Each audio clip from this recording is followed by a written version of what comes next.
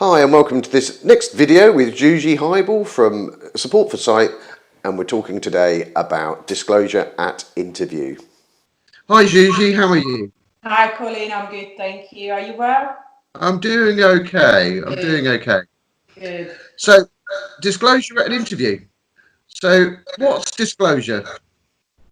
Disclosure is when you tell an employer that you have a health condition that would possibly affect your ability without support to undertake the role.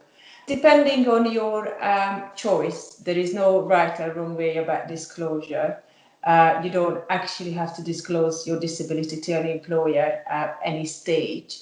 But usually I do have that conversation with my clients, and I do advise them if they need some support in their workplace, or they need an understanding from their future employer that they might going to do things a little bit differently, then I believe disclosure should take place pretty soon. And my advice, which is again just my advice, I think disclosures should take place at the interview stage. Great. So you've been offered an interview, and you need to tell them about your sight loss, obviously. So when's the best time to do that? So if you have an interview, as we talked about it previously, if you need some support during your interview, I think you need to have a little bit of a conversation with the employer prior to your interview so they can get ready and make the reasonable adjustment that you require to ensure that you can undertake the interview just like everybody else. If there is nothing alarming you at the beginning in terms of going for an interview, and you don't have to do anything special, and you are feeling confident that you can obviously get into the interview room and introduce yourself and do handshakes and all of that and sit down if they tell you where the chair is, then obviously you don't necessarily have to disclose anything. You can just turn up at your interview. Once you are in the interview, having your interview, the employer will obviously ask you questions for 45 minutes, as we talked about it before. And there is always an opportunity when you can ask them some questions. They're going to say, have you got any questions for us? And that's the perfect time to disclose your visual impairment. And you can say things like, yes, I do have some questions, but before I ask them, can I just tell you a little bit about myself? And then usually they say, yeah, sure, what it is. So you can just, this is when you can go into the disclosure. And I would like to point out it shouldn't be more than maybe 1 or 2 minutes long. And if it's, Right. Yeah. sorry? I said right. Yes. Yeah, so don't make it too long. Make it very much matter of fact. And sorry to say this, but try not to get emotional about it, because obviously that could be alarming for an employer if you, let's say, burst into tears, because of course is a difficult subject, but it has to stay within some I don't know, some standards. So you can't really bring in your emotional difficulties regarding your sight loss, unfortunately. So what the employer want to know is two things. It's usually two parts. The first part, what they want to know is what do you have. So you need to say to them what your condition is, whether it's new, whether you were born with it, whether you may be partially sighted or severely sight impaired. They would like to know how much can you see. That's just a common thing. They just, I don't know, sighted people always want to know how much visually impaired people can see, and they would like to know whether you are under any treatment and what implication that might have for you in terms of doing a job. So and rightly so. So if you're applying for a full-time job but you need to go for your appointment every week to an eye clinic, then obviously you need to ask yourself whether that's reasonable to ask the employer. But if you're applying for a part-time job, then you can say, yes, I do have some treatment, ongoing treatment, but I will conduct those meetings outside of my working hours. So that's the first thing. Don't make it too medical.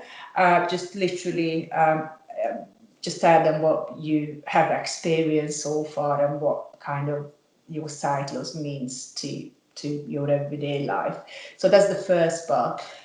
The second part is the advice is coming from a study which was conducted a few years ago, and they asked 2,000 employers what would be their main worries and if they would be employing blind and partially-sighted people. So they asked, I think the study asked over 2,000 employers, and the question was, what would worry you?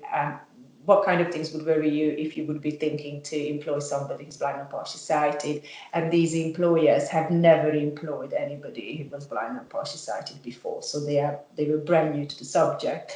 And the study came up with 4 topics that most employers would worry about. And before I go into the topics, I would just like to point out that this 4 is very valid and is absolutely crucial that you talk about them, but maybe you would like to add 5 topics or 6 topics when you're disclosing your disability. And please always think about the environment you're going into, and always try to think from the employer's point of view. So if I'm an employer and somebody wants to work here with a visual impairment, what worries would I have as an employer employing that person? So the top 4 that came out from this study is mobility, accessing information, productivity, and health and safety. So what the general advice is think about these 4 situations, 4 topics. Think about the environment you're going to go into and just explain to the employer, and try to assume, please, maybe that they never met anybody like you, so they don't have a clue how you overcome these things. So mobility, things like employer would be sitting there thinking, I really like this chap, but do I have to pick him up from home, or do I have to take him home every day? And if he needs to go to the toilet, do I have to stop my board meeting and take him to the toilet? So people wouldn't necessarily know that visually impaired people have obviously assistance dogs. They could have a white cane. They actually maybe have enough sight to get around and about. Obviously, there is access to work in terms of taxi coming to and from work. So there is all this support and all these things available, but they wouldn't necessarily know. So please mention how mobility, or not how mobility affecting you, but what is your mobility in relation to your sight loss in a work environment. So it's saying, I can turn up on time, I can go home on my own. No, you don't have to take me to the toilet, and no, I really don't need any support at all. The next one is accessing information. So you can't see, everything we do is on a computer. How are you going to do the job? So obviously employers, again, not aware, most of them, of access to work. They're not aware of assistive technology like JAWS and Zoom text and various other things. So if were to mention that there is a grant that you could be eligible for, is absolutely free for employers when you're starting a job as a disabled person. They don't have to pay anything. And with technology, and please do talk about your specific technology, just explain to them how would that help you in the workplace to access the information that you obviously have to access because you're going to be working there. The next thing is productivity. So again, are you just going to be kind of sitting in the corner doing nothing, or are you going to be a proactive member of the team? And the answer to that, of course, you and I both know that blind and partially sighted people are very proactive, productive. They can, I have colleagues who type faster than I do because they touch type when I'm doing the usual, 2-finger, 4-finger typing. So with assistive technology, again, productivity is something that shouldn't be an issue. What could be an issue initially is learning your task, is learning your way around maybe the database that the employer is using. But if you have sufficient technology and you have basic computer skills, and let's say your job is obviously based on a computer, let's say, then productivity is never going to be an issue after a while. Initially could be a little bit an issue, but I wouldn't even mention it at an interview. I mean, everybody who, whether they have a disability or not, they go and get a new job. When I have a new job, I struggle as well for a couple of months until I find my way around on the, just generally with the database and knowing if I'm doing the right thing. So I don't think it's actually worth to mention. And then the very last point is health and safety. Our favourite word, is it, Colin? Yeah, we love that. Yeah. We love health and safety is totally used, I think, in the wrong way within the visual impairment word. I think health and safety should be something that is thought of, something that's considered, but it doesn't necessarily have to stop somebody getting a job. So health and safety for an employer means, oh my God, we don't have a lift, we only have stairs. Great, blind people can go up and down on the stairs, not a problem. They're not going to fall off. The other health and safety implication usually I hear, I can't employ that person because we don't have facility to have a disabled toilet. Amazing. Again, blind and partially sighted people don't necessarily need a disabled toilet. They're absolutely happy to use any toilet. The main thing is don't move the stuff around in the toilet, just leave it in the same place like your towel and so. I heard things when you have to access the building through a car park. Oh my God, how are they going to come in? They can't see the cars. And my response to that, but whoever is driving the car will see that there is a visually impaired person trying to cross the road, so they could maybe slow down. So the health and safety, again, sorry, maybe the fire escape route. So, how they're going to get out in case there is a fire. And I usually just say, telling them that the fire escape is there isn't going to be helpful. You need to kind of allow them to learn the route and walk it. So they can maybe, learn the route using maybe a mobility trainer and have some orientation training. Sorry, so most of the health and safety things, in my opinion, is something that with a little bit of a common sense, with a little bit of a thinking, they can all, we can all overcome those and put things in place. Maybe even with the fire situation, maybe they assign a body for that person, or whoever is sitting next to them any given day. If the fire alarm goes off, you leave with that visually impaired colleague. You don't leave them behind. So it's just a little bit of a common sense. But I think health and safety is a word that most employers are very worried about, and sometimes my experience, I feel the worries is a bit unnecessary. It's just, we could just have a conversation and come up with solutions. Yeah, that's great. So once you do this disclosure, this all should take you 2 minutes. Really, obviously, talk about access to work with the accessing information, even with the mobility, productivity. So just say, I can have it, it's free, isn't going to cost you anything. That's what they want to know. You can also maybe go with the printout, a print off with access to work, and just say, I brought this flyer. Do you mind if I leave it here for you? You can maybe have a look at it later, so they can, once the interview is finished, they can go online and have a look about access to work. And then I also think a half a second in the end just to say, please ask me any question if you want to ask about my disability.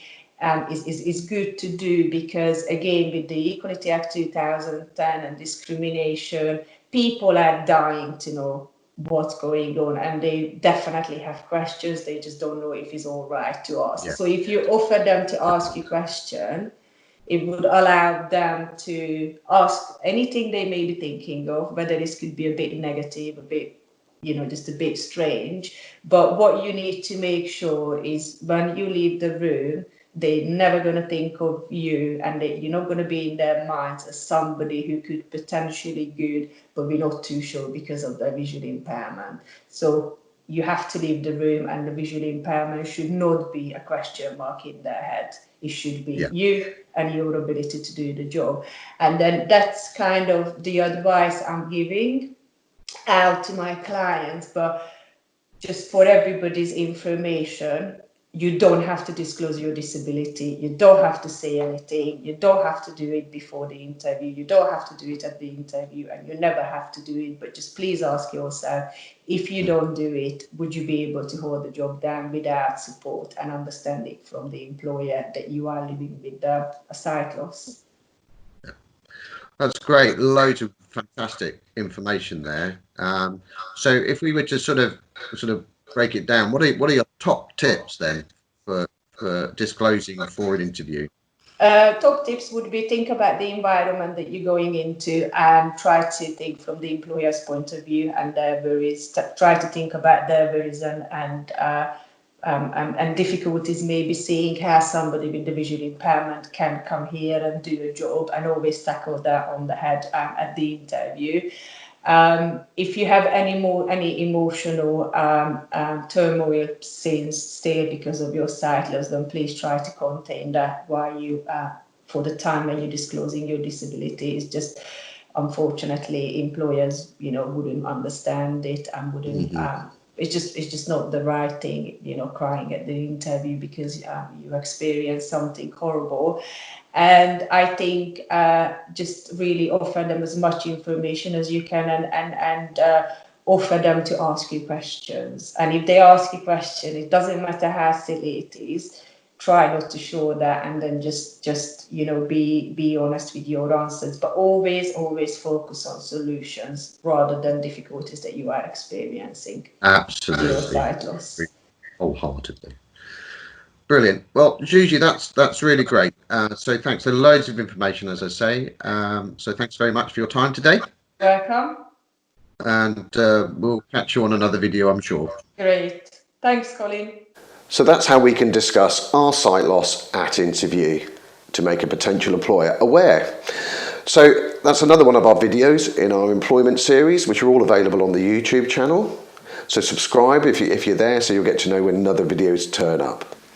The Working Age and Young People's Facebook group is still available, so if you haven't joined, please do. And obviously you can get me through the usual channels, which are the Advice and Information Service on 0300 30 30 111, and we'll catch you on the next video.